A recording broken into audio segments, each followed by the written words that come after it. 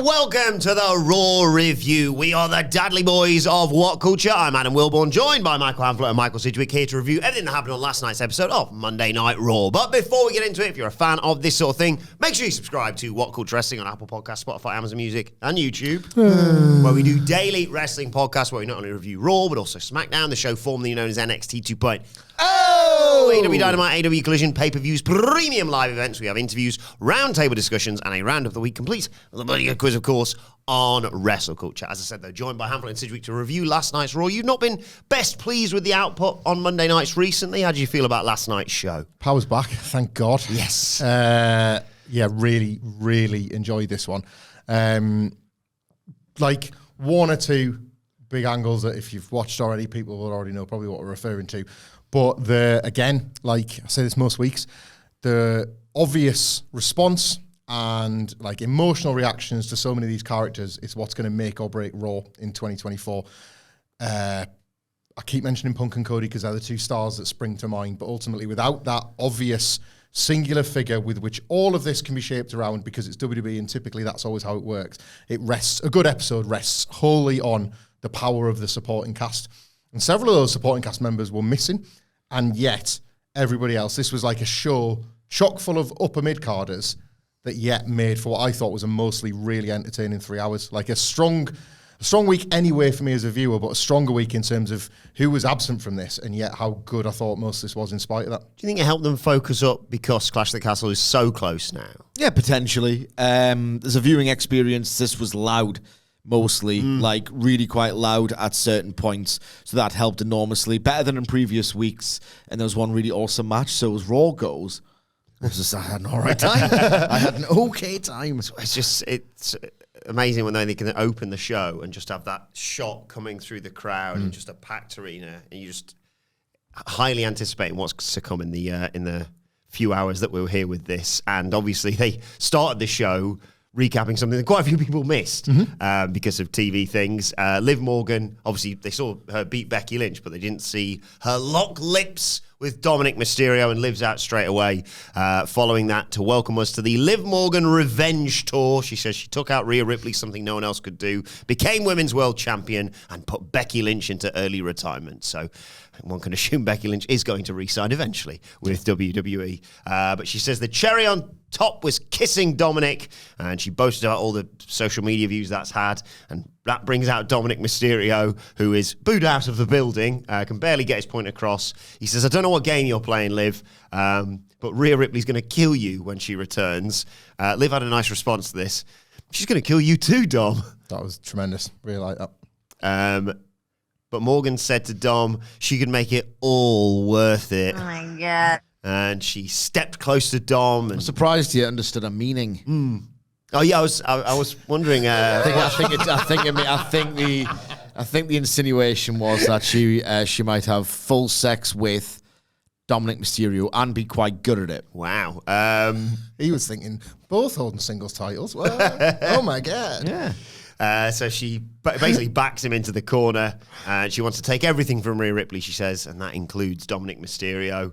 She put her hands on Dom, and he doesn't seem too keen with all this. Finn Bálor runs out and gets between them, and Bálor says, Dom and the Judgment Day want nothing to do with you. And Morgan's not really sure about all of that, but agrees to leave. And then she sort of runs her hand through Dom's hair and pulls it a little bit, and he's a little bit into that, let's be honest. A little bit. Cracks just enough of a smile before it's like washed off his face and all of that. I think this is a brilliant night for Liv Morgan and a pretty great one for the Judgment Day. That's my point about supporting characters. None of this yet feels like top-tier main event stuff, and yet without much of that around, all of a sudden it was. It was thrust into that spotlight throughout the show. Like both these, like Liv Morgan and the Judgment Day as characters were all like all over Raw, and yet I never felt particularly bored of them. This is one of those trademark WWE, you're going to be in 6 segments and we're going to see if the crowd rejects you or not. Is that too much? And Liv Morgan especially, I thought, had probably her best night yet. Like, I do think this push is working. It probably doesn't hurt that she didn't have a match, because I still think that's probably where the credibility suffers a little bit. She is locked in with this. They've given you, as we've talked about, there's Easter eggs most weeks about what's really going on here. Like, I loved Finn Balor's involvement throughout the night this week, and they've seemed to have thrust his and JD's own little agenda into the spotlight for the first time. In the previous weeks, it's just been sort of lurking in the background shots, literally, whereas now they're right in amongst it. There's very little stuff you're not supposed to see subtext going on now, even though if the wrestlers watch the show, a lot of these problems would be solved. Yes. Like you had Damian Priest later on, I know we're jumping all around, but saying to like Dominik, well, like what did Rhea say about that? And Dominik's response to something like, it's fine, we're just keeping our distance. Yeah, we're giving each other space. Giving each other space, that was it. So you even know now that like most things are up front with a character, so it leaves you to look at what might be going on in the margins. Dom, we were on a break. Yeah. And I thought like Liv and Dominik were tremendous in these roles. This is only upper mid-card stuff. However, given all of this extra time tonight, I thought they really maximised their minutes, like to use the JRism, that everybody felt like a bigger deal. And it was like, well, I'm in. I'm really in. I don't know if the obvious outcome is the one, and it's just Liv and Dom, and Rhea comes back, and the heat becomes when she catches Dominik, she's going to kill him. You thought it was going to be good when she battered Liv. Wait till she gets in, because he's the perfect heel for that. But also the sort of scattered parts of the Judgment Day and the fact that like Damian and Rhea were kind of always more bonded lets you think it could be that as well. Like a good job was done throughout the show for me in these particular cast of characters. The bell didn't ring, so that was a good thing for this Liv Morgan character. This felt like the first time where fans in the building who did not really react to the kiss, was it last week? Yeah. Actually got on board. It helped that they were one of these crowds that was truly up for doing the performative stuff with Dominik Mysterio. I will leave it like this because I thought I couldn't hope to conjure as many words as my esteemed colleague just did there. If you're into this would have been really good. Yeah. I am not into this particularly, but it was loud. And look at Hamflet loves it, bless him, doesn't he? And he Good week. loves it. So we cut backstage, or Gorilla technically. There's Sheamus with Jackie Redmond. He's very excited to get in the ring with Ludwig Kaiser. He used to think he was just Gunther's announcer and coat rack, but he realised maybe Gunther's holding Kaiser back. Maybe there's more to him. He's on the cusp of 15 years in WWE, and he's faced the best of the best, and the only way to gain his respect is to put on banger after banger after banger, and they do the shot where they follow him through Gorilla. Also, nice clue as to, because I've always wondered, what if Sheamus just stands in the wrong place for that bit where he's just the spotlight on him and he's just like half his body, but they showed you there's a little spotlight just there. There's where you need to stand, mate. But he does his big entrance, but before he gets down to the ring, he's attacked from behind, chop blocked by Ludwig Kaiser, beaten up, and officials have to separate before the match officially starts, and that sort of led into the match and the story of it, of course. Kaiser targeting his leg, spits on him when he's on the floor. The crowd hate this, obviously, but Sheamus sort of smiles at this. Sheamus makes a bit of a comeback. Kaiser cuts it off, though, sends him into the ring post. Eventually, Sheamus is on the outside, sitting on the steel steps, so Kaiser drop kicks his leg into it to take us to a break. When we come back, Kaiser tries to do the 10 beats of the Bodhrán, but Sheamus blocks it, comes back, clothesline, power slam, misses the knee strike, and Kaiser targets his knee again, sends it into the mat. The referee, it looks like he's maybe even going to call the match off, but Sheamus stops at him.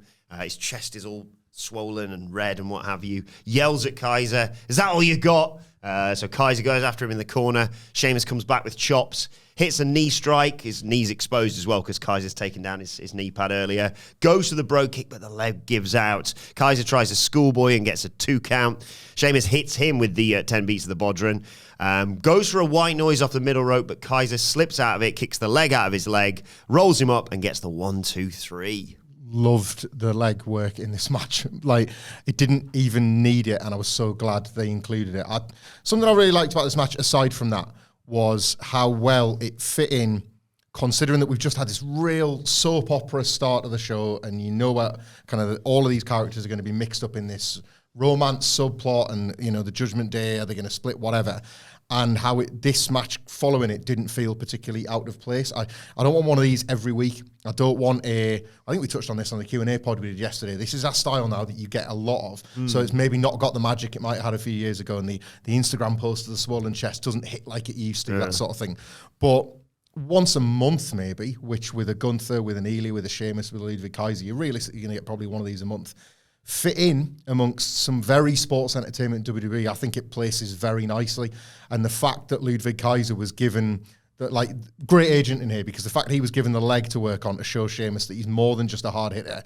He's young, he's hungry, and he's smart to the game, and he knows how to try and potentially take down a veteran of, like a decade and a half, that kind of thing. He's got more than just striking in his arsenal. Don't just assume that because he stands behind Gunther all he's got his chops, basically. Like, I thought that was a really nice story told of something that never, felt too long as well. This was one of them matches that, because of its certain quality, they could have been tempted to give it 20, and come on, get to the finish here. So I've got nothing to complain about here. I don't need another one for about a month. Love watching Sheamus as the struggling old timer who can steal goo. I think he wears that character perfectly.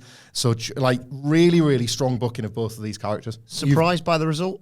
No, not particularly. You've just stole my main point with that last sentence, you knob. I'm really, really, really into Cowboy's last ride, Sheamus. Just didn't think he would wear this as well as he is when he's such a convincing, credible, back and forth brawler type who just loves to fight. That was his gimmick, right? Obviously, that was his catchphrase as well.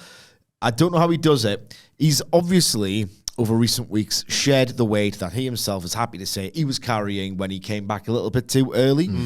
It's almost a shame that he's got more definition now. I want him to look less like the Sheamus of old, because he's gone through this weird trajectory where he was the next big thing, didn't work for a few years there, then he was just around in tag teams doing things, and then rejuvenated with that Gunther program, he felt like he could be a contender all over again.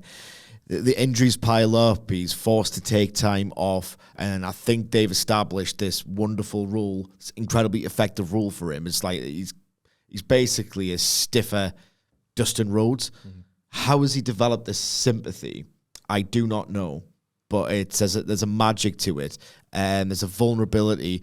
And the thing with Sheamus as well is that he always came up in this cookie cutter sort of environment, that he was just the same guy for years, and the worst thing is to be reliable. I've made this point a million times. The good thing, if you're Natalya, The Miz, or AJ, is to be cooked and then do a great match, and people remember that one great match, and he can ghost off it forever. That was the benefit and the problem of the bar, wasn't it? Yeah, the two in most sort of encapsulated that just together at the same time. Reliably, really good to great. But no, this Sheamus character, there's a pathos to it. At last, a real sense of why you want to watch him fight, not just that he himself loves to do it, which can only take you so far. Honestly, on the back of this really sort of emotionally compelling, to a level I didn't expect, match, you could easily do the Intercontinental title that he's never won. Yeah. Now that it's away from Gunther's clutches, and he was never really the man to do it. Him versus Gable. Oh, yeah. Putting if I don't win the Grand Slam, I'm done. Deeper into the year. Obviously, he could be amazing on the strength of this performance. One of the better Raw matches I can recall in quite some time. Especially because if you're doing that by the laws of, wrestling booking, that means he might fight Julius Creed in the build, which would kick ass. Yeah. I mean, that is the rule. Yes. You can beat him. And Wilborn, as you know more than most, rules are rules. And amongst all this, by the way, there was the QR code that appeared with the words "prepare." More on that in a little bit. Got a nice email from someone I'll get to in a short while. Before that, though, Judgment Day were in the back. Dom's like, "I didn't do anything, Finn." Finn's like, "You're playing with fire there, mate. You're going to get burned." Damian Priest comes in, says, "What's going on there?" Then Finn's like, "Don't worry, it's all taken care of." Dom says, "Yeah," and Priest, as you mentioned, says, "Are you all right with all this?" And he says, "I'm giving it some space." It's honestly, because again, this could be nothing. All those shots of JD and Finn speaking to Liv in the background before all this came to the fore could be nothing. People have been digging out old clips of Finn and Liv from before I think Finn even joined the Judgment Day. Right, now that's bollocks, obviously, but you can definitely you can definitely retrofit it. Definitely. That's Paul Levesque's booking. Yeah. Retrofit. Find an odd thing that was just a forgotten detail or a drop detail even, and we can actually pick that back up. But Dominik Mysterio is also great, to add it to the list of things he's great at potentially being a pawn in all of this, isn't he? Two people that can easily manipulate in Liv Morgan and Finn Bálor.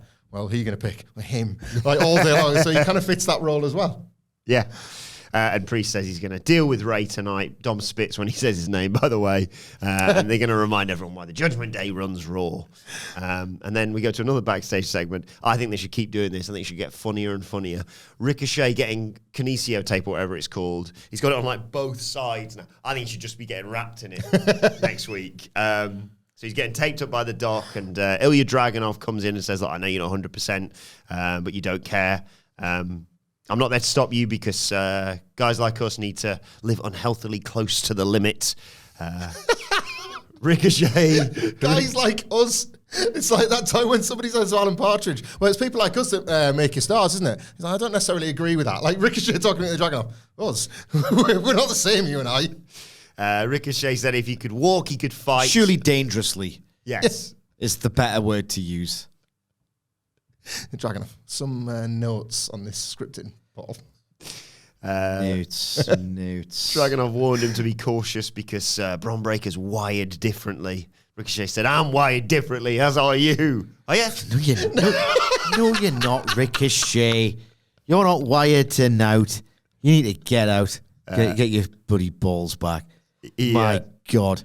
There's a thing on X the other week where, like, I mean, what?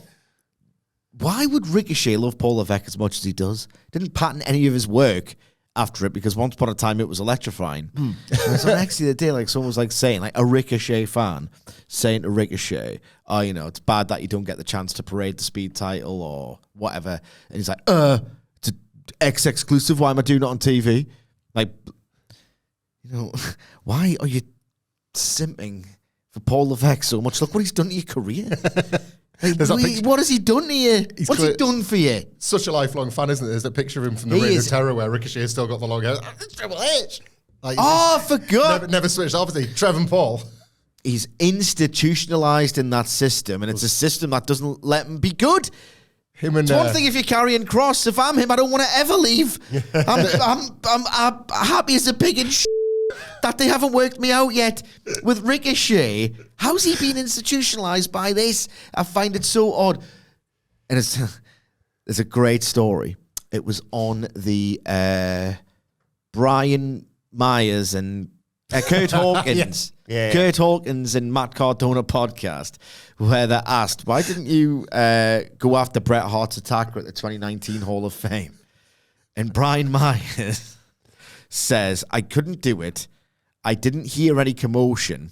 My eardrums had been burst by Aleister Black and Ricochet popping so hard for Triple H. Unbelievable quick wit. That's good, yeah. And that just, like, Ricochet, what are you doing here with your life? I think he's lashing out because he wasn't chosen for Regeneration X of a champ. He was like, I'd be a better Triple H. Him and Gargano together, watching tapes. I was going to spit water, but I thought, it's electrical equipment. No. Ricochet also said he'd smack the fake tan off of Bron. Have a job. Yeah. The man he puts on. Probably only Braun Strowman that hits hard enough. What's he going to do? Like, blow it off him with the rotations of his aerial work? He has to keep doing the double rotation. Yeah. Still not coming off, man. Did you ever just look at Ricochet and just think, what are you doing? Do you know what? Honestly, I felt here. So Ricochet I forgot he's signed currently to WWE, so it's automatically Ricochet, go with. One of the many failed black and gold call-ups that he's just still trying. He's still there. Still there. Still trying. But this interaction and how, like, daft as in I adored him, Dragunov was. I was like, the 2.0 era is here, mate. Out of the way, yo. Like, this was sort of preposterous. Yeah. But I was more on side with Dragunov's way of thinking than Ricochet. He was like, you're a pensioner in front of these psychos that are going to be coming out of the Performance Center soon. You are not ready. Like, as the match was then evidence of this, like, God. You are not ready for this class of call-ups because they've been built different and it's going to get weird. Ricochet, catch up.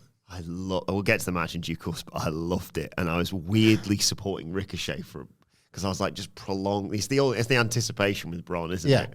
Anyway, we'll get to it. We get a Dragon Lee video promo. Dragon Lee's back in action against Finn Balor. Balor starts targeting the arm with Dragon Lee, but Lee runs the ropes, springboard, wrist drag, sends him outside, suicide dive to take us to break. When we come back, Balor's in control, of course, courtesy of a JD McDonough distraction. Tries for a sling blade, but brilliant reversal from Dragon Lee. Hits him with a sit-out paddle bomb, but McDonough just won't piss off. Keeps jumping up on the apron. Lee knocks him off, but then Carlito also comes down to interfere. He crushes Lee on the top rope. Balor goes after him, but Lee fights him off, takes out Carlito with a dive, beats him up. JD McDonough tries to blindside him and gets super kick for his troubles, but in all this distraction, Balor's had time to recover, so when Lee comes back in the ring, he stands up and immediately gets drop kicked into the corner. Coup de grace from Finn Balor, 1, 2, 3. Post-match, they continue the attack until Rey Mysterio and his big brother, Braun Strowman, comes out, knocks them all out of the ring. He's going to do the Strowman Express, but they bail into the crowd before, unfortunately, that could happen.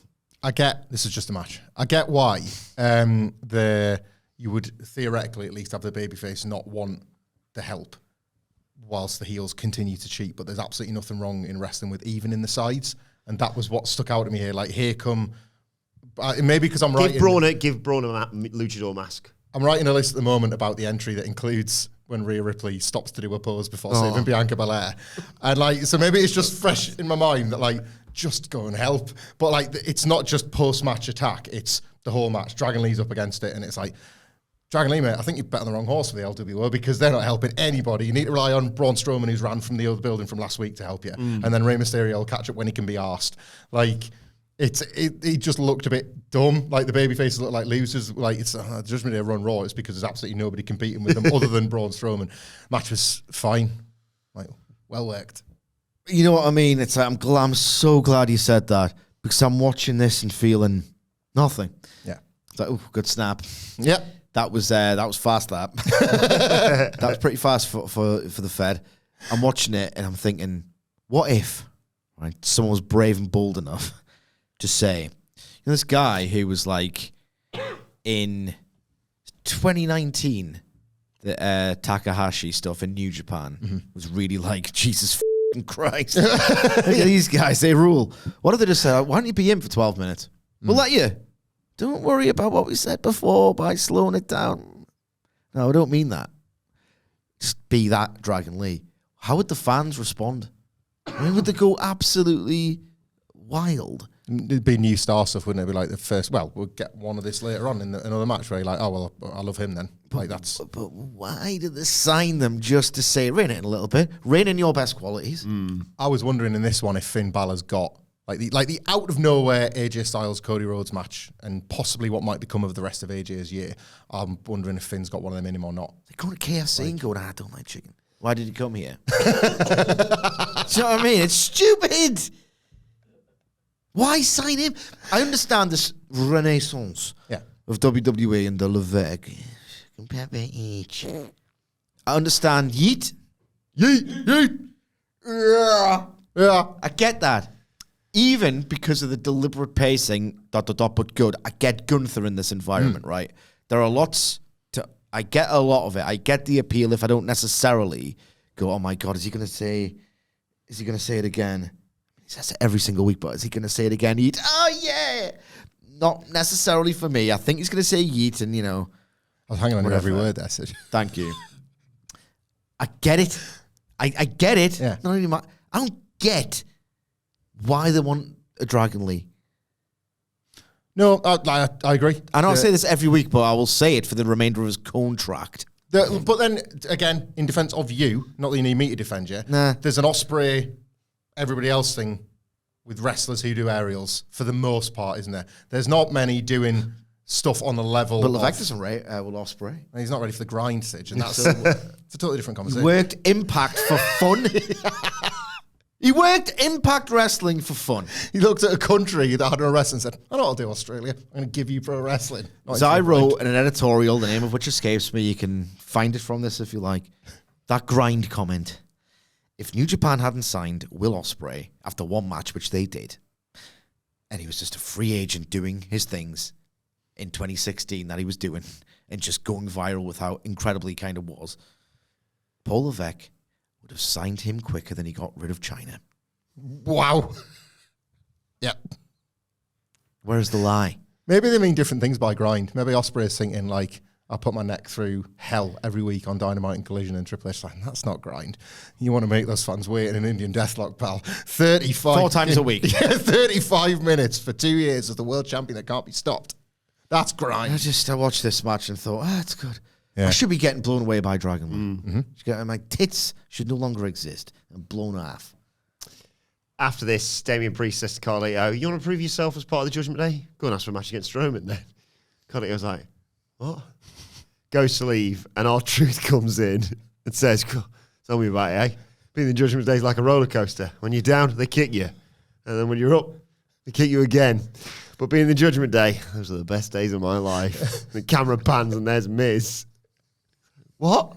You do know we're the current tag team champions, don't you? And that they stole your telly.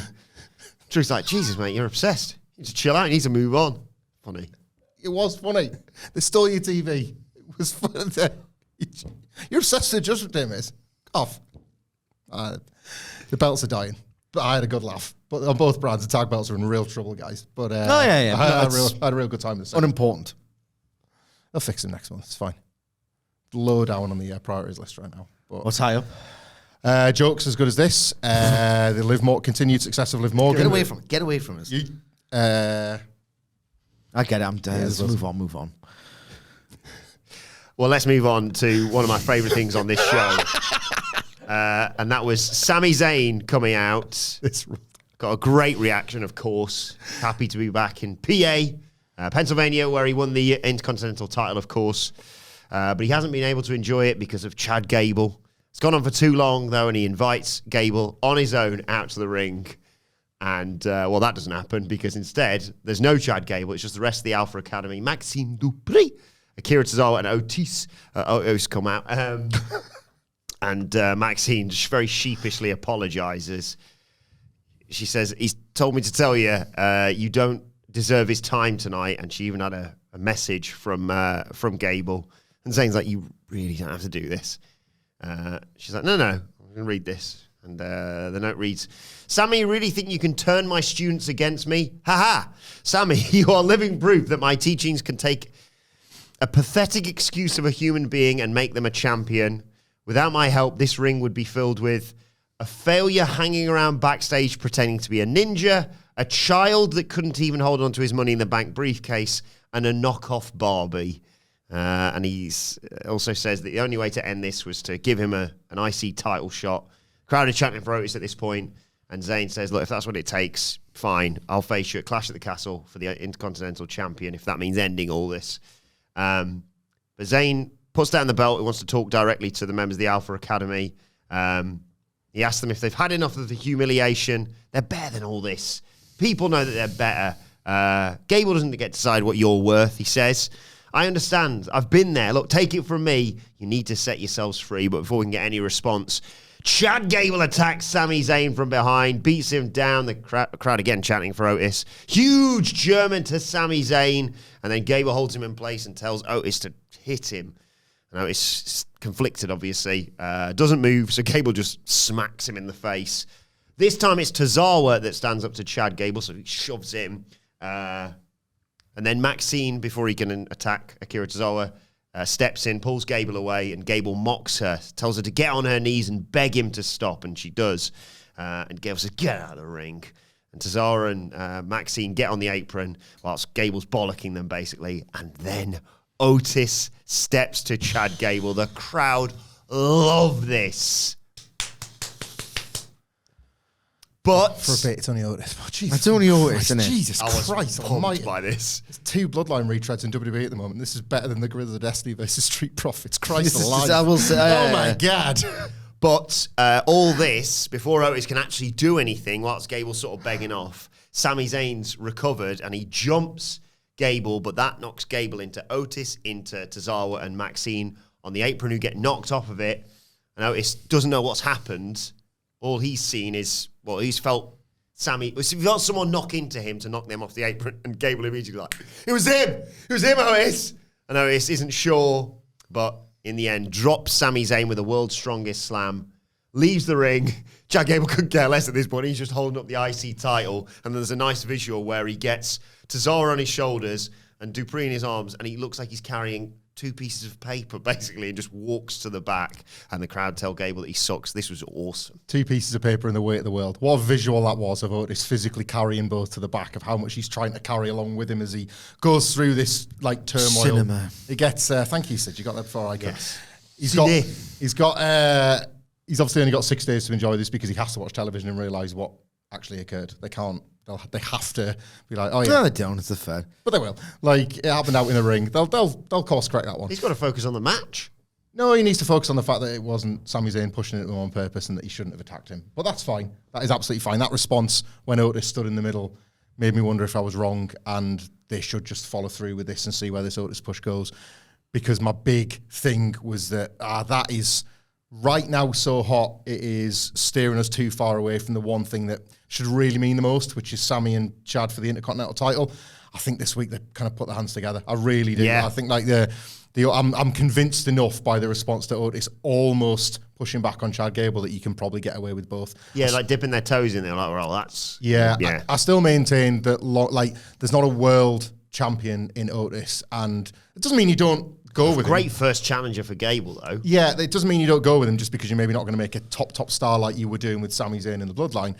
But yeah, this was the week's convincing I needed to be like, everyone is so with this story that I don't think the Intercontinental title is sat in the shadow of it anymore. I think very quickly when the match comes around, like Clash at the Castle, probably Chad and Sami maybe. Like one more time, Chad getting the belt this time, either before or after the turn's taking place. It doesn't really matter. Yeah. I think the next step has to be him winning the title, just to sort of tie that bit of it up. Otherwise, Chad Gable continues to be a bit of an impotent leader. Like, what are they clinging on for if he continues not to be the Intercontinental Champion? Roman Reigns was the god of all of this. That's why you stick with Roman Reigns. It's a kind of missing ingredient of an otherwise, again, just this is top tier WWE soap, and it's kind of what I watch for a lot of the time, and it was just great to watch.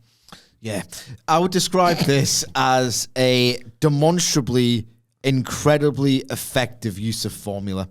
They've stumbled upon one. This is the 3rd time they've used it. Roman Sami, Priest Truth to a degree, and now Gable Otis. It's formulaic. It only worked as well as it did at a main event level because Sami Zayn is such a genius. I would in no way describe Otis, who I quite like, in such terms. But it's working. I love this, and I'm going to jump ahead, and then we can merge this and then the Bron Breakker segments together, because after the Bron Breakker Postman Pierce thing that I'll get back to in a second, Gable's there, and steal a phrase of yours, he's happier than a pig with the Alpha Academy in the back. He is buzzing. He's like, brilliant acting performance, Maxine. What good smarts faking an injury. She's like, I'm actually hurt. And Gable's like, nice work staying in character. And Kieran was like, I'm hurt as well, actually. We both got knocked off the apron by Otis. And he's like, you'll be fine. And then he turns to Otis. It's just a microcosm of why I love this. He turns to Otis and goes, and you. I'm so proud of you. You're my number one guy. You always were. Mwah! And he says, at Clash as a team, we're finally going to accomplish our goal and win my Intercontinental title. He says, keep it up. And he slaps Otis in the chest and leaves. And they all just look like, what the hell are we doing here? Not many, to Sidge's point about Otis not being Sami Zayn, not many people can be this, because Chad Gable's been everything. Yes. WWE, he's had to carry multiple tag team partners, invent gimmicks around those tag teams. He's had to be a short guy dressed in basketball gear where the G's a ruler. Like he held up a towel and got Jason Jordan over and then had the matches to back all that up. Chad Gable has been everything. The man is a gift to WWE and indeed wrestling at large. A proper Kurt Angle sequel in terms of everything Kurt Angle was amazing at. And Quite the intensity. not quite. Do you think he likes bestiality sex? Or I never want to know that. Never want to know it. But that's got... Yeah, Chad Gable's great, because I can't remember my point anymore. yes, Yeah. sorry. It's all right. That intensity, that's it. Yeah. That, it's hard to balance without feeling fake, and Gable nails it for me. Now to the Bron Breakker segment of the show. Oh my God. Preemptive one of them, because that button's going to get worn out in a second. So prior to this Alpha Academy bit in the back, Bron Breakker is watching this with Postman Pierce and loving it. And he says, I'd break his ass in half about Sami Zayn. Pierce is like, what do you want, Bron? And he says, congratulations on finally putting me in a match with real competition. Pierce is like, you don't deserve it. The only reason I'm giving it you is because Ricochet asked me to do it. Because Ricochet, unlike you, he says to Bron, knows about respect. And Bron's like, I'll teach you about respect. I'll show you what happens when you don't put me in the King of the Ring tournament. And now nobody's holding me back. And then we got the match. Oh my God. Oh my God. Oh my God. So, like I say, this I love this. And I was like, come on, Ricochet. Not to win. Just prolong the bit before you die, basically. So he's got the taped up the bad ribs, but he jumps Bron at the start, gets some shots in, but keeps having to dodge Bron's killer strikes. He gets picked up in a gorilla press, but he slips out of that, and then Breakker hits him with a running elbow to cut him off. They go to the outside, and Ricochet gets dropped rib first onto the barricade to take us to a break. When we come back, Bron whips Ricochet into the corner and then looks at Samantha Irvin, who's just like, Oh my God. what are you doing? Ricochet makes a fight back, though. He hits a springboard clothesline and a lion salt for 2. He manages to get out of a running attack from Bron, hits a super kick, hits the recoil, goes up to the top, takes a split second, barely that, too long, and Bron scales the ropes, doesn't just hit him with a move, scales the ropes, double salutes, and hits him with a Frankensteiner, and then spears him out of his goddamn shoes again to get the 1, 2, 3.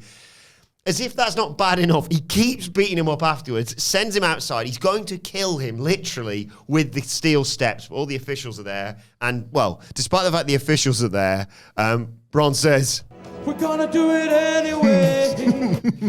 But Ilya Dragunov runs down, knocks him into the crowd, checks on Ricochet, and Bron's fizzing, saying he's not done with any of this. This is, for me, right, so somebody that is never really, won't shock people to know, don't necessarily always have my finger on the pulse of like who's the next indie standout unless Twitter throws me a gif or something like that. Dead.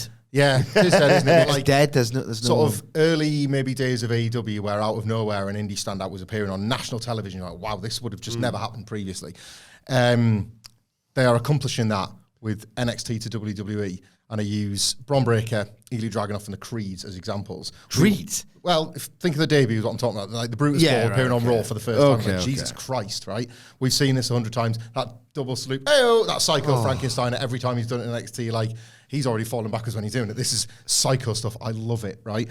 When they do it for the first time, it gives me back that feeling of, not seen that one, have you? Majority of the WWE audience. I'm watching NXT for some time now. We've been waiting for this moment. Yes. Like, it's such a cool feeling. And, like, again, because they're getting used. That's my boy trying to kill Ricochet. Yeah. Like, it's that thing that we craved, I think, from the NXT golden era that was squandered over and over and over and over again. Oh, Bayley likes to hug people because she's a literal child. Oh, I guess I was the stupid one for rooting for her for 2 fucking years. Right, and not anymore. Not anymore. Like, I'm not going to say the push is going to work. I think, like, obviously the Creeds have stalled a little bit before what we expect is going to be a turnaround. But it's nice to think of this keeping happening. Like Tiffany Stratton, probably another example, not having the best of times for obvious reasons, but the start was great and the promise was obvious and there. Like these wrestlers that have, the things that have got you to thinking, they've got it. They've got something that I want to see. The call-up is going to happen. This is going to work. Is just happening again in front of the bigger crowd for the bigger reaction, for the bigger moment. And that's how the progression should have worked all along. It's cool. One of my least favorite eras of WWE, and there are many, was in 2019. And Paul Heyman was just given some scraps. So the optics of, the cool guy was booking again, even though he wasn't, and all the rest of it. And Paul Heyman, this one on Squared Circle, was like, who do the cool guys, or the self-professed cool guys, think is underutilized that I can look like I'm on the pulse by utilizing? Who's the first name on this thread? Or Cedric Alexander, right? Okay, put him in a match. So half-hearted. This sort of faux super indie crap. These 40-minute gauntlets because he'd worked out that people apparently like long matches. Ugh. anti-passion project slop. That 2019 where I didn't know what it wanted to be anymore. What he really loved was cook stuff. You could tell that boy was banging to that, wasn't he? Real hatred stuff. This is the opposite. This is a dumb jock WWE guy tearing it up, getting over, looking ridiculous. Like he looks like he's gonna have no skin left. He's going to burst out of it one of these days. Like he is. No. I think this rules. Bron Breakker rules. He's got that universal appeal. It's that same dumb jock Creed stuff. You see a wrestler like that and you just think, well, that appeals like on a deep primal level to this violence that I want to see emulated, but in a cooler way in wrestling. Bron Breakker's it. Him. To steal a phrase from Carmelo Hayes. He's not him. No. It would help if you remembered people's names. I love this so much. I'm gonna, for once, change my mind on something. You know, I've always been bob on with every prediction I've ever made. Of course, Sami Zayn ain't winning Money in the Bank, baby. I agree. This boy is. Disagree. Because imagine, you know, the whole thing of Money in the Bank. Imagine, you're a fluttering. Remember that? What's this? It was the CBeebies thing where. Sorry? Oh, I see. The thought, imagine, you're a fluttering kite. Kite. Oh, okay. But everyone thought you said. It's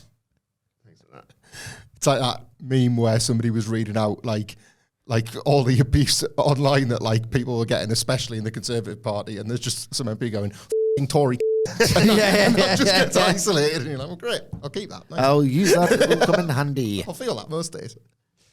The threat of the Money in the Bank briefcase is either like a sneaky, you know, an edge is the classic example of just like, you son of a bitch, they've just gone through this, you know, an elimination chamber, for example, and now you're going to sneak in, being like, should we have a match? The alternative to that is, doesn't matter if you're as fresh as a daisy, look at him. I will say, it's that weird, like, thing where, for me, the experience never matches the effectiveness. And I can't articulate it. But, like, the experience of watching it is like, yep, basic, but, you know, working for the audience, probably the thing to do there. 1 week later, yep, didn't really experience much, but it was effective for the audience, and you've probably done the correct thing there, Mr. Levesque. And then it goes on and on and on. So but then the effectiveness just works because you see, they do a 6-man men's Money in the Bank ladder match, cross-brand, LA Knight, Yeah. Bron Breakker, Jey Uso, probably 3 more when you're thinking. They all feel like they're on the cusp of something. They all feel like they're on the cusp of something. The original point of Money in the Bank as well. Yeah. Create that. Yeah. You know. They all feel like they're on the cusp of something. Whereas if you go to AEW and, you know, they say they just ripped off Money in the Bank and you put 6 people in there, you think, I don't know which one you really like that much. I don't know which one you really believe in. It feels like there's belief from creative in all of these characters. Why can't I experience this thrill? Why not? Just think how proud we'd be as well. If it's, I don't care about impressing you. Fair. Just think how proud we'd be, though, of 2 of ours, Tiffany and Bron. We've seen them from 2.0 to now. We have put the hours in. Yeah. Was it hard work for you? It was worth it. That's what so you're saying NXT's hard work? No, I'm saying it took a lot of time and effort, but It's it like was when worth it, and I enjoyed every single second of it. Right, okay. It's like when footballers thank their parents for like driving them the distances to the away games Yeah. 4 nights a week because they were playing for so many teams and all that kind of thing. It's that like the parents don't regret it. They loved it. But it was, you just weren't sure if the dream was going to be there at the other side. Yeah, you paid and you're seeing it now. It is indeed, okay. So the dark skull black and gold days were the really rough rainy away trips. Yeah. Worth it, yeah. And very few of them ultimately were ever going to. Like Bron Breakker was still a When you security. have to drive to Winlayton because you went to a different school that wasn't any catchment area and it's pissing down and your dad says you're not trying hard enough.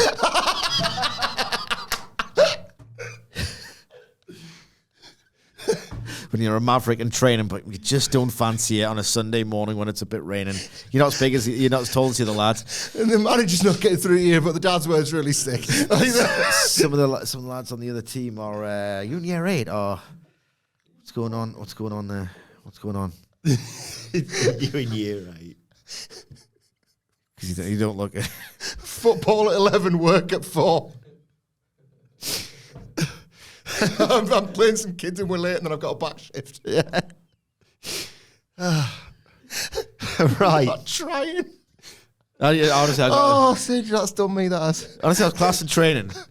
It's just like, I was like, like the pitches are a bit lumpy. It's not like the indoor sports hall where my technical game was quite decent. Yeah.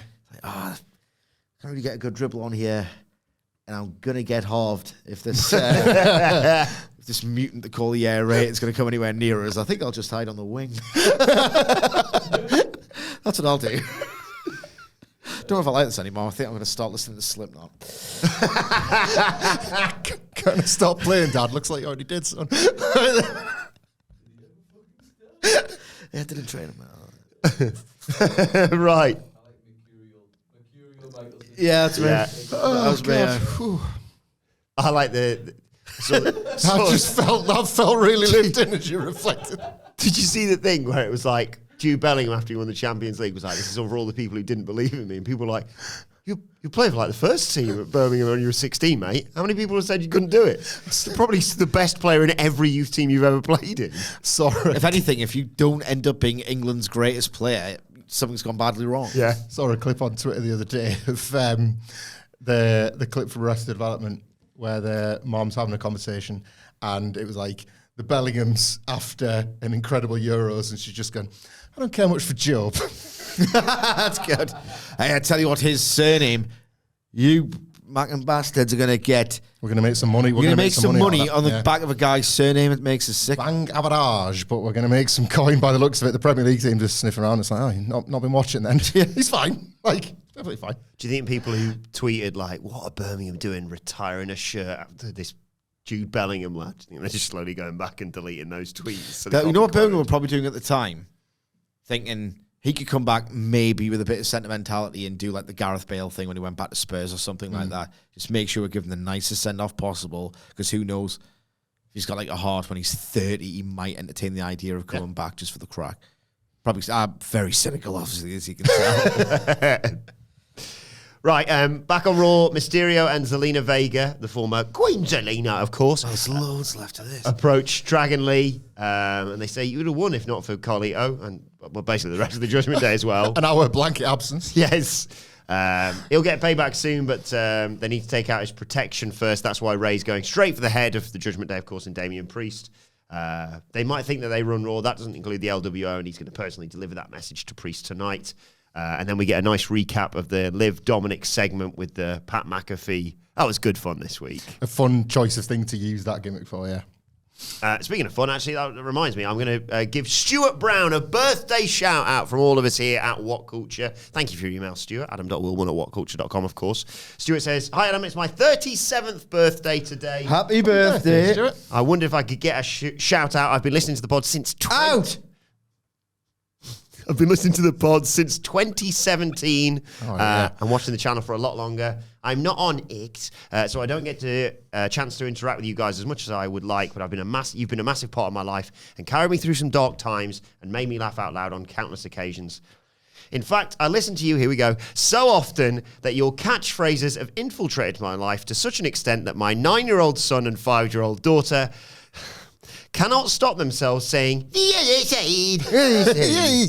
in your accents when it comes up in conversation. Brilliant.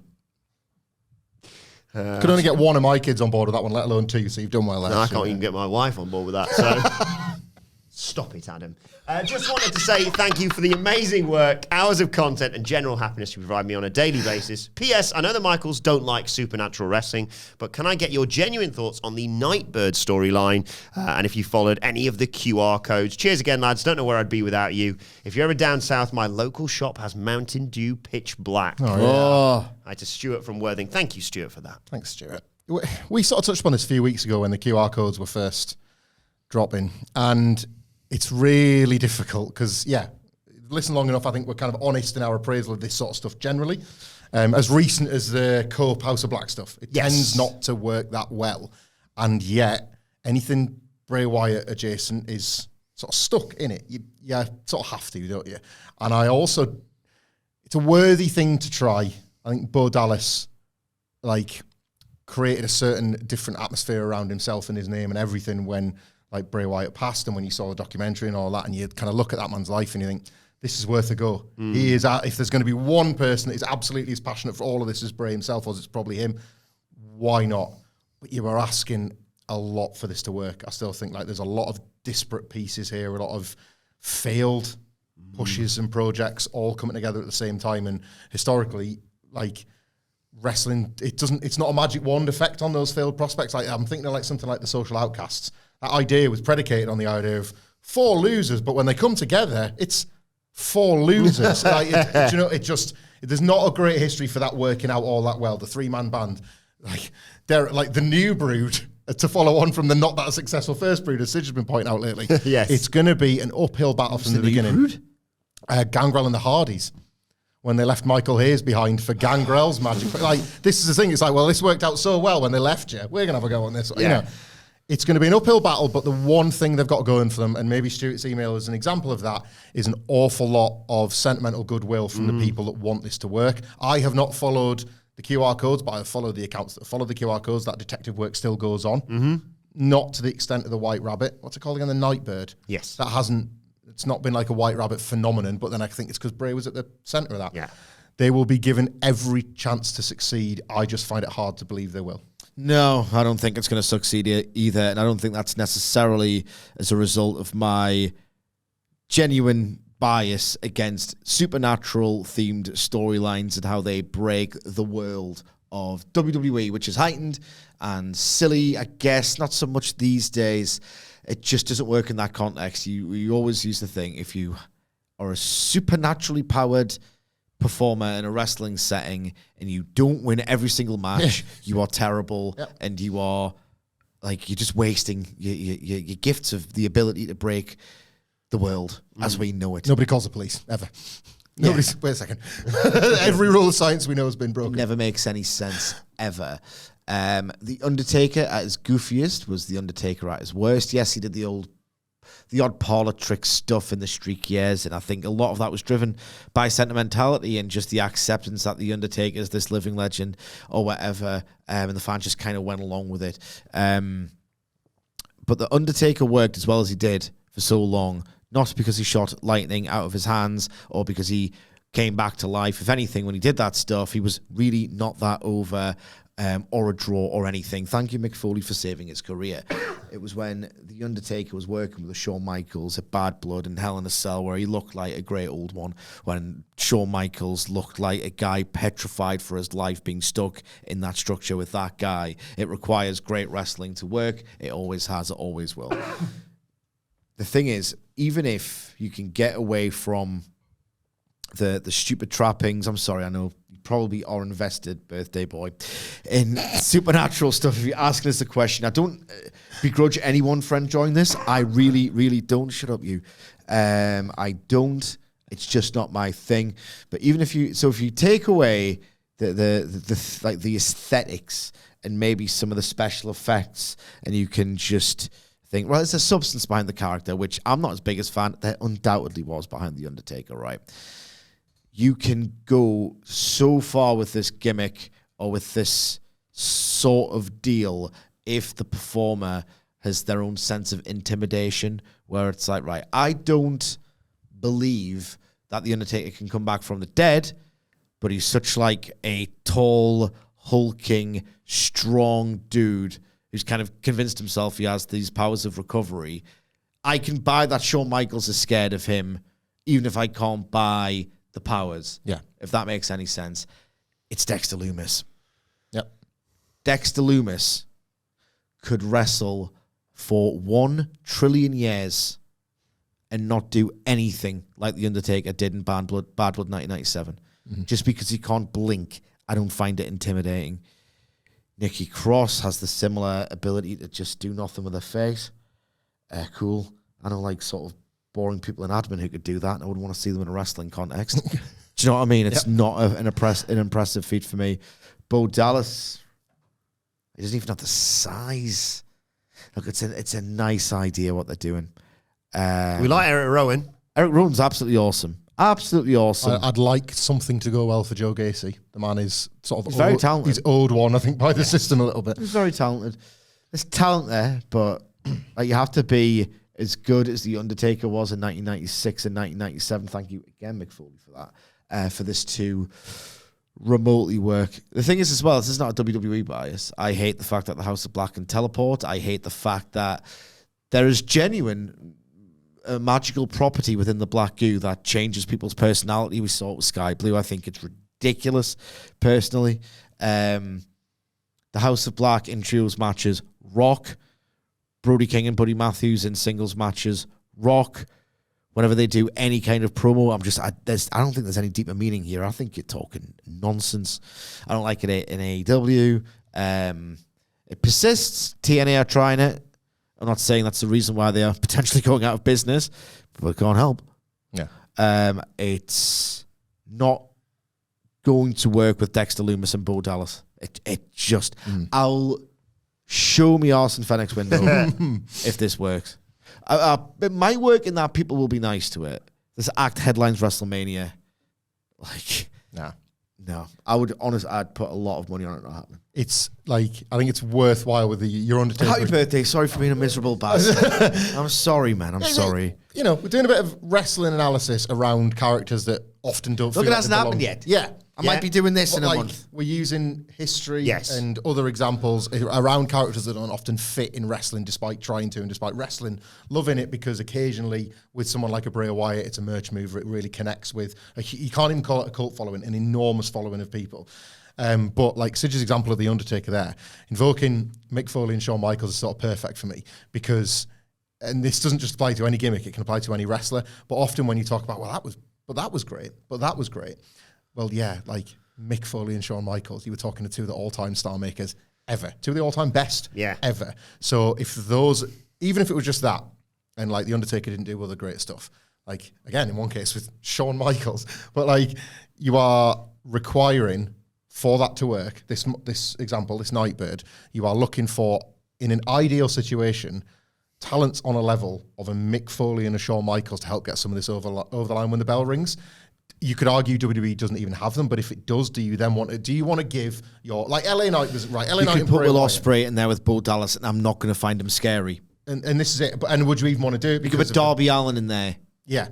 With Dexter Lumis, and I'm not going to think he's scary. I'd want to watch it at least, but I wouldn't be scared of him, yeah. Finn Balor was in the perfect position to be sacrificed to the Fiend when he first showed up, I thought. He was, and he was credible, yeah, but in a position where he could absolutely, because he was about to turn heel, I don't think there are many wrestlers in this very, very hot babyface territory era of WWE that I would want to see on the wrong end of the Nightbird stable, like, so just reeling them off for Money in the Bank.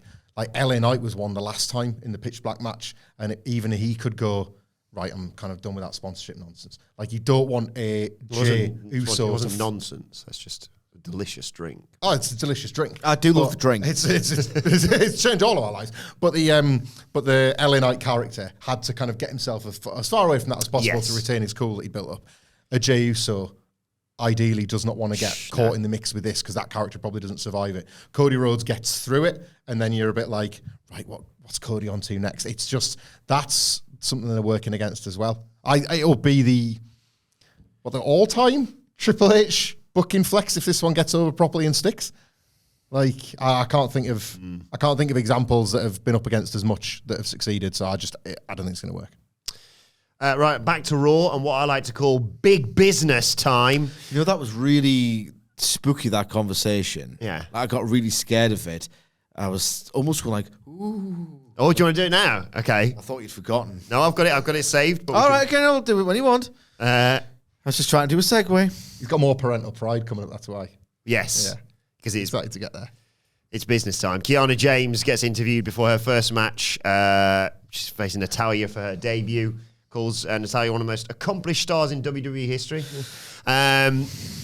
She's taken some time to get acclimated under Postman Pearce, but she's ready to compete and specifically asked for a match against Natalya because she's easy to beat. No, because it's a step up on her way to the top. And it was a brief match, let's be honest. Natalya hit a German suplex and, failed on a sharpshooter attempt. That's Not like her. James blocked it and hit a 401k finisher for the upset win.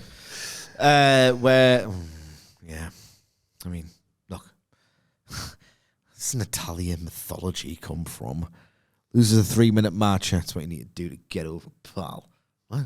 This is perfunctory. Yeah.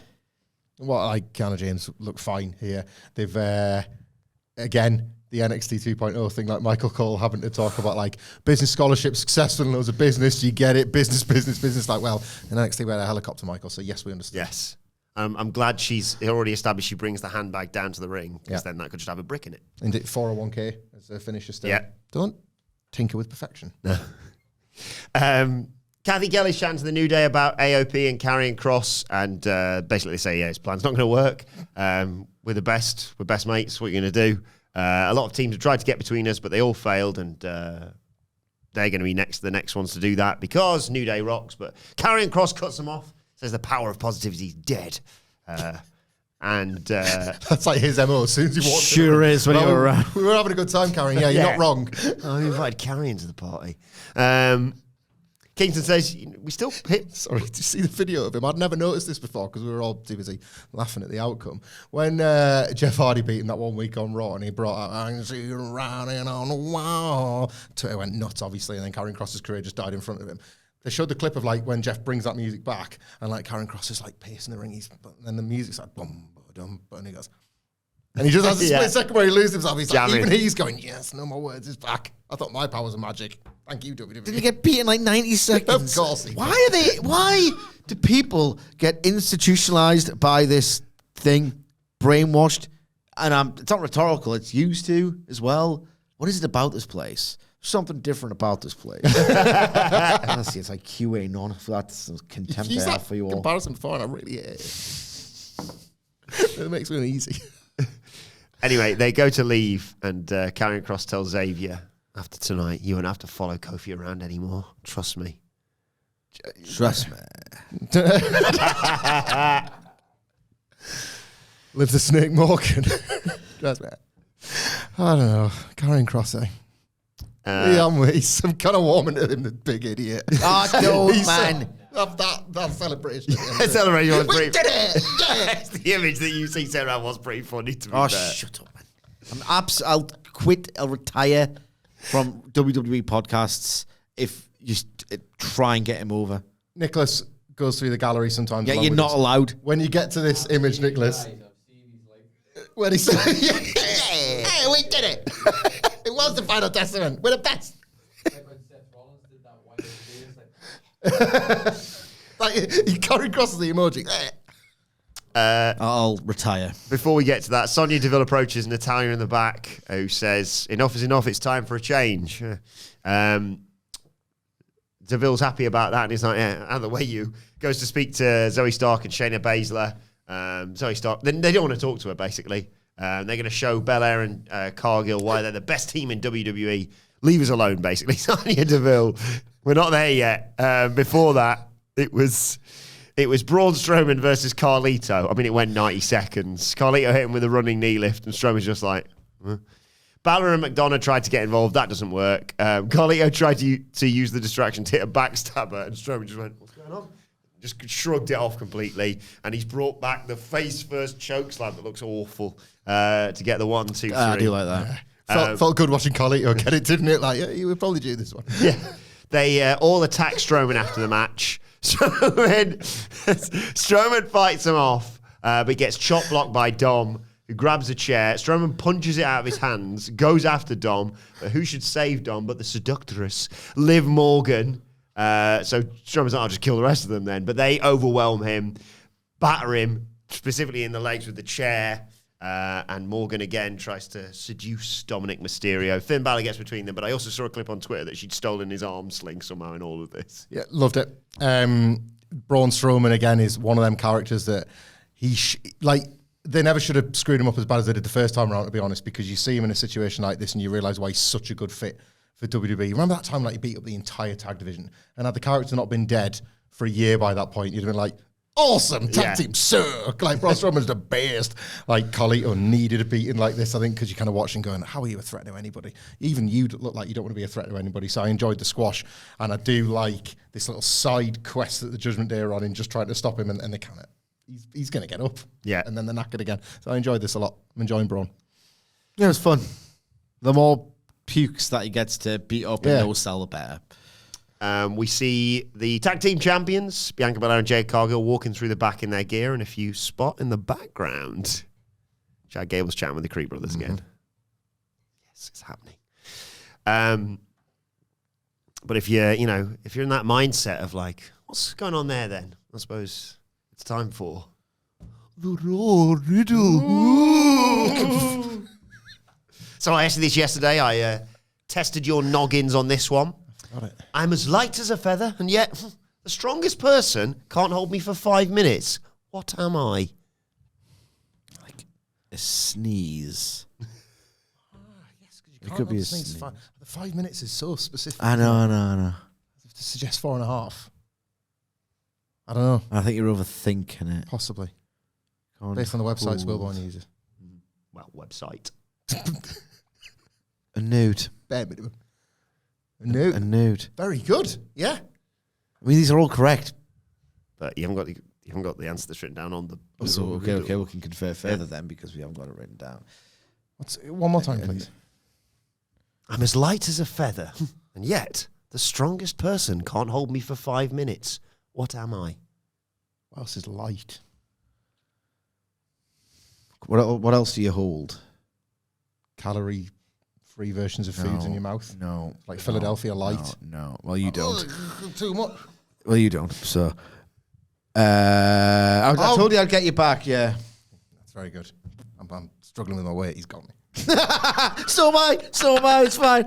We've established that these are accepted boundaries for us to make fun We of. did do this over Slack yesterday. Yeah.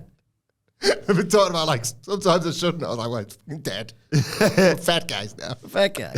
I can't. Established boundaries. It's all good. I don't know.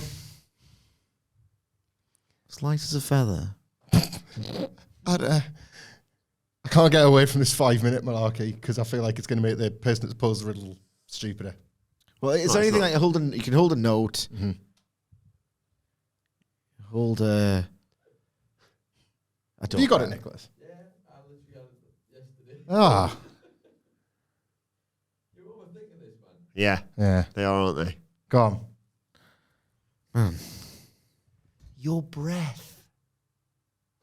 So. I can hold it for 3 minutes. Huh? You can hold your breath for 3 minutes. No, that's why I'm saying. Why did I don't like this. Why did you go to 5 then? That's. I don't know. That's the website. I just take it off there. Who calls your breath? Oh, what's going on with your breath? It's light. Nobody uses that word. Air. Well, I know what it is. Nobody calls it. Oh, you got very light breath. Ever. It's a 5 minute thing because no one can do it for like 3. Yeah. Like, I think 5's too far. Well, no, perfect opportunity. Do it now. I've got a podcast. Okay, do it in the office and die. Do it in the office and die. Now you feel like an idiot. He's got me there. Right. Yes. I can't argue that one, Nicholas. So the tag team champions come out. My website. Yeah. He's the Riddler. That's the big twist. The tag champs are out there looking great in their matching gear. Bianca says, it's been a minute since we've been on Raw, but they're here to show up and show out, and they'll defend their titles at every show. And Jade Cargill cuts a promo and calls out Zoey Stark and Shayna Baszler, and out they come. And Zoe's kind of surprised that they're there. Can't remember the last time the titles were on Raw, and they thought that Bianca and Jade were dodging them. And Baszler says they're going to prove them that they're the top team in WWE. And Jade Cargill's like, we do it right now then. And fans get very excited, and it looks like Postman Pearce is going to ruin everyone's fun. But he's like, if everyone wants a tag title match, let's have a bloody tag title match. And he makes it official, and we get Bianca Belair and Jade Cargill versus Shayna Baszler and Zoey Stark. It, man. I'm so glad we got it. There's not as many impromptu matches as there used to be, is there? No, There's 2 on this one. It was almost jarring. Yeah. What are we going to do with the rest of the show? Right there. Belair and Cargill do the combined offense thing, hit nice delayed vertical suplexes, take us into a break.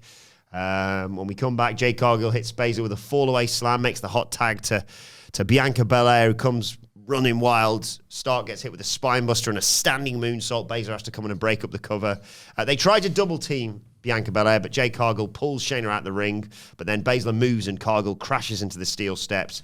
Belair's got the match won. She hits Stark with the KOD, but then comes Alba Fire and Anna Dawn to attack Belair for the DQ. Cargill tries to make the save. Numbers game catches up to her, though. She gets overwhelmed, and Baszler, Stark, Fire and Dawn team up, lay out the champs, and there's a bit of a stare down between the two of them. I'll mention the other bit here as well, where they get questioned by Jackie Redmond backstage, and Fire said they haven't got the same opportunities as everyone else, and Dawn said they didn't like the sound of Clash at the Castle in Scotland without them, and Dawn said Belair and Cargill look pretty with their title belts, but those good looks are soon about to fade.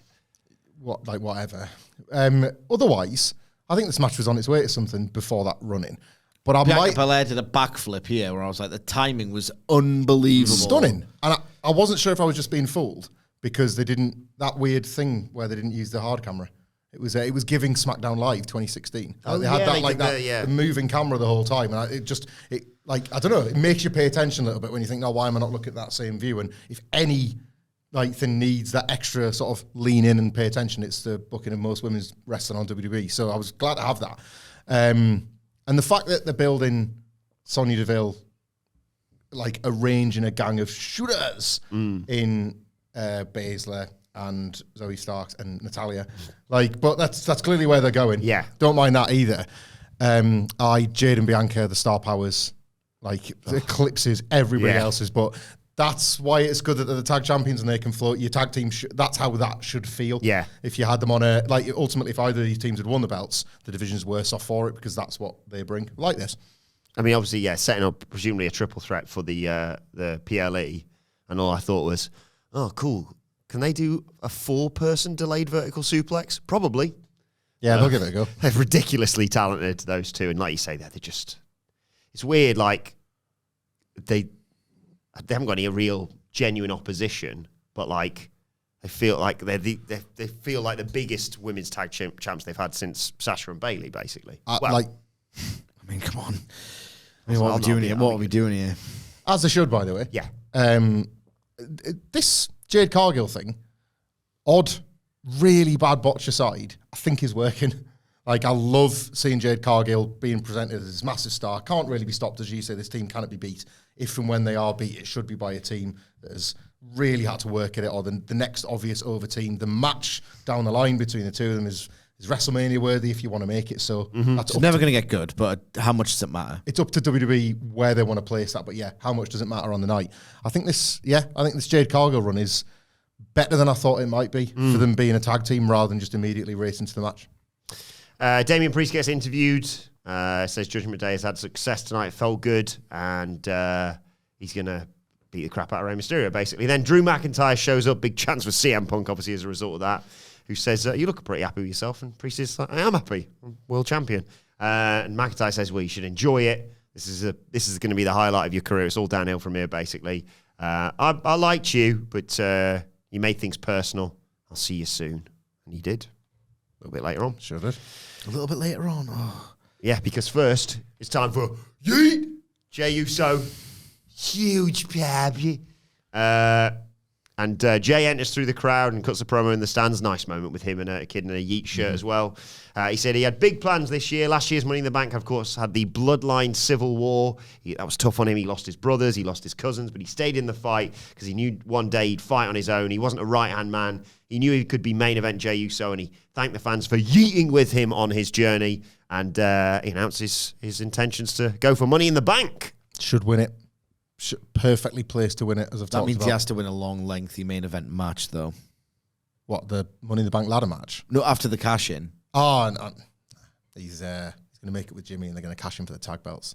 The singles quest is going to end with him realising the real championship was reunion with his brother. Well, he's already won about 10 times. There's going to be tears in the crowd. First time Jimmy says his hand in Jay's face and goes, no, comma, yeet. No, comma, yeet. And they yeet together. That kid in the Yeet t-shirt is going to be crying and thrown in the air. I think Jay's promo was very good here, but it doesn't really matter. No, he stumbled all over the place. Yeah, not very good at all. Yeah. But no one cares about that. No one cares to analyse the Fed. If you go and watch this back in granular detail, as I always do, there is a bit where Jey Uso is fist bumping and high-fiving and all that sort of stuff. And it's that awful, cringeworthy moment where somebody's got the fist out and he just walks right past them, right? And the guy can't help but sell it. And he's on it like he's to his friends, like, well, me, I guess. Then he looks devastated, like, and Jay keeps like walking up and back and forth, and then the guy's friends are ripping the piss out of him, like they are just falling about laughing at how this guy's been owned on national television. The only time I like it when that happens is when those losers trying to desperately like get to the like people going up the steps to it when they like United won the FA Cup. And it's people who clearly have no affiliation and just like, oh, I want to touch Garnacho or whatever, and I'm like, leave him alone, you loser. You thought about this a lot, haven't you? Yeah. I was like, good. I'm glad you didn't get any of that. When CM Punk punched the wrong guy. That was awful, that wasn't it? Go off me. Great. There's a guy down here who's just arrived. He's just come back with drinks. Hang on. You're telling me that Punk identified the incorrect party and lashed out at them regardless? I am. For the one and only time in his career. He did that? This arena Well, that it was an aberration. arena full of fans and like a young Kenny Omega. Save that dog. Lyra Valkyrie gets interviewed. Gets asked how Becky Lynch is coping with the loss. Another reason why you think they're probably going to have Becky Lynch back. They'll reference her this many times. And Lyra said, look, Lynch is disappointed, but she's going to come back and get better and what have you. And that's how real winning's done. That's something Liv Morgan knows nothing about. Don't worry, she's not going to be champion for very long, she says. Who said this? Lyra Valkyria. Yeah. And Kathy Kelly says, I'm going to do without Becky being here. And she says, look, I've shown I can stand on my own 2 feet. I heard what Jey Uso said. I quite fancy a shot on Money in the Bank. But before she can get any more out, she's jumped by an irate Io Sky who beats her up, sends her into some equipment boxes, and storms off, basically. Needed this from Io, truthfully. I thought, like, pretty cool beatdown, and it has sort of felt like she's like had that one great match, but as a character has just floundered since WrestleMania. So this was pretty cool.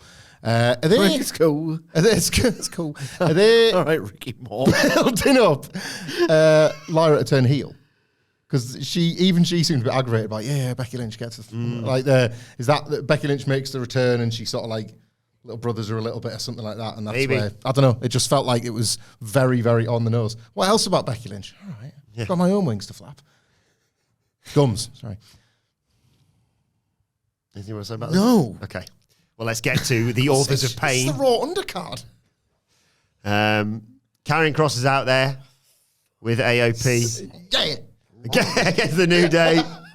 AOP work over Karrion Woods. Kross, Karrion chuffed, more like it. Exit. Scarlett distracts the ref as AOP are beating up Xavier. Looks like Kross is going to go after Kingston, so Kingston jumps off the apron. Xavier Woods makes to the corner and he's like, well, is everybody?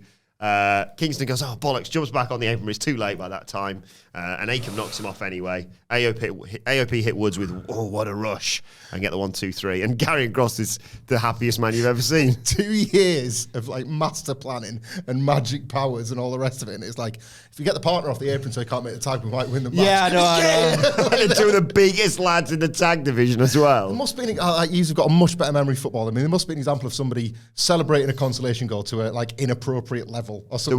There was certainly what's his name, the one who plays for United when they beat Coventry on penalties, Anthony.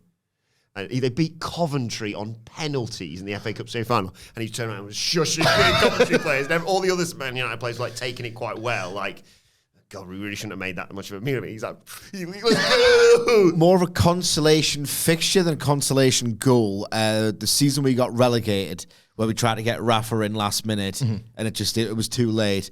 We beat Spurs 5-1 when we were completely relegated, and one of the goals was scored by former fullback called Daryl Janmat. Did he end up at Fulham?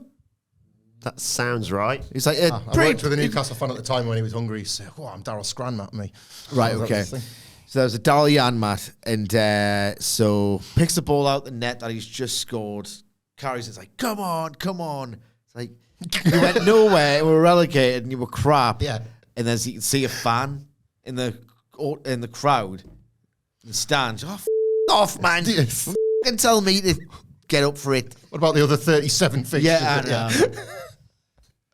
Just one distraction. Yeah. Yes.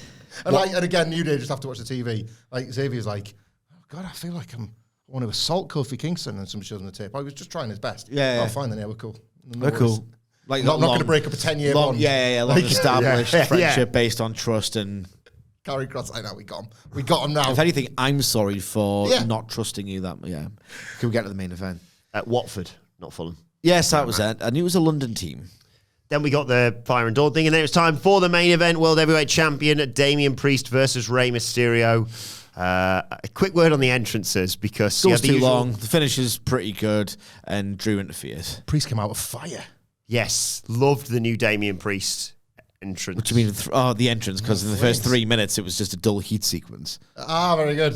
I thought that's what you were talking about. No, I was saying the heat was coming from the flames. Like when he walked down the ring. Looked great. And I also really liked, obviously, Rey's beloved by everyone, literally everyone. He comes down, he's greeting all the like kids, and then there's like a granny in the crowd who's buzzing to meet Rey Mysterio. It was lovely, that. I really like that.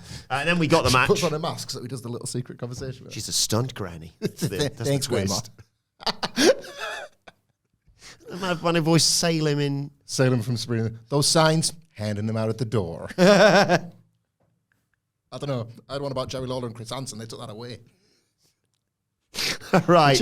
Yeah, I took it to a Raw taping, and they did a bit where the signs up, the show's starting. It's like they play we're going out tonight, and then you and then you realise they've done it for more of like a test shot, and it's some security guard going that.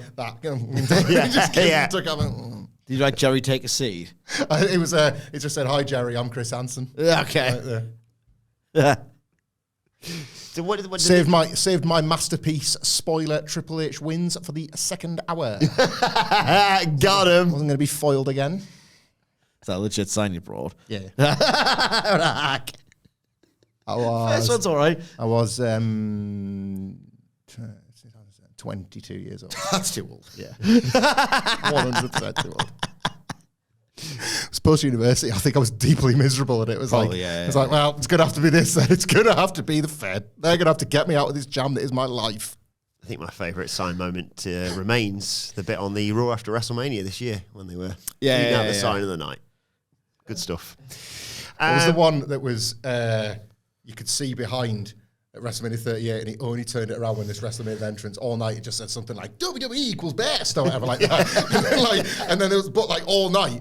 Wait a minute, how have they not taken that sign away? And then the fan turns it around for this specific entrance. Edgy right in his face all night. I love WWE. But he proved him wrong with that match against AJ Styles. Jesus Christ, Edge was He was, wasn't he? Thanks, signwriter. You nailed that one. I've never seen him more angry at a WWE show than when they started someone tried to start a "This is awesome" chant for Edge versus AJ Styles. His head snapped round like stunk. Shut up. It's nothing of the sort. It's the start of the Judgment Day. So it worked out right in the end. But just remember, AJ Styles was never cooked. So Rey hits a moonsault, goes for a big springboard move, gets caught by Priest and hits him with a big flatline and takes us to a break early on. When we come back, Priest just nails Rey, knocks him out of the ring and tells him to stay down. But Rey gets back in, hits a spinning heel kick and enziguri. Priest tries for the Stinger Splash, but Rey moves and Priest hits the post.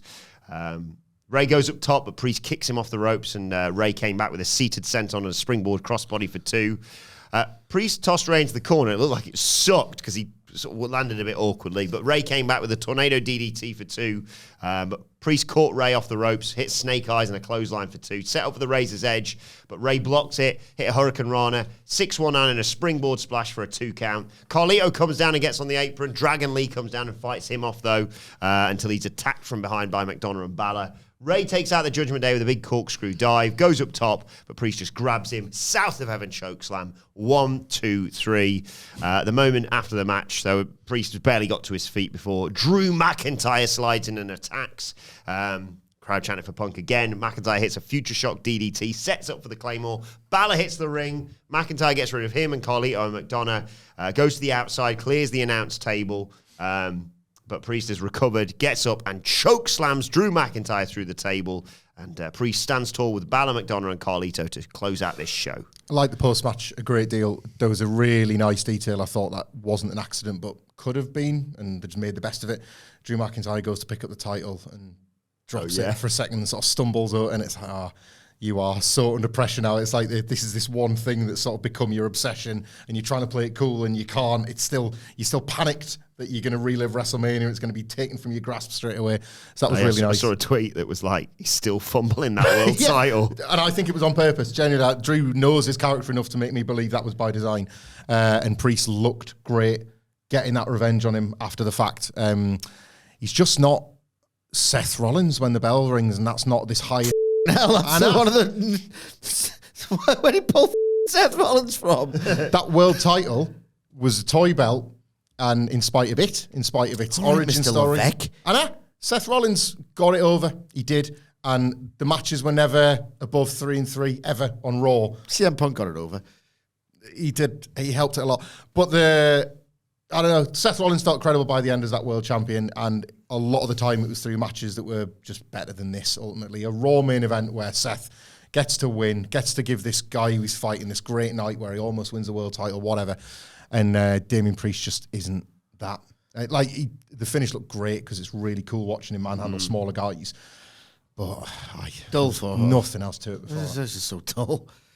Dull for large parts of this. But he stood tall at the end. That's what matters. Let us know your thoughts on Monday Night Raw in the comment section below or on X at WhatCulture WWE. Tall. He's like 6'8". Watch there. You can follow all three of us. You can follow Michael Hamflet at Michael Hamflet. Follow Michael Sidgwick at Sidgwick. Follow me at Adam Wilborn. Follow our brilliant producer at It's Adam Nicholas. And make sure you subscribe to WhatCulture Wrestling, wherever you get your podcasts from, for daily wrestling podcasts. We'll be back later on today to look ahead to NXT. But for now, this has been the Raw Review. My thanks to Michael Hamilton and Michael Sidgwick. Thank you for joining us, and we will see you soon.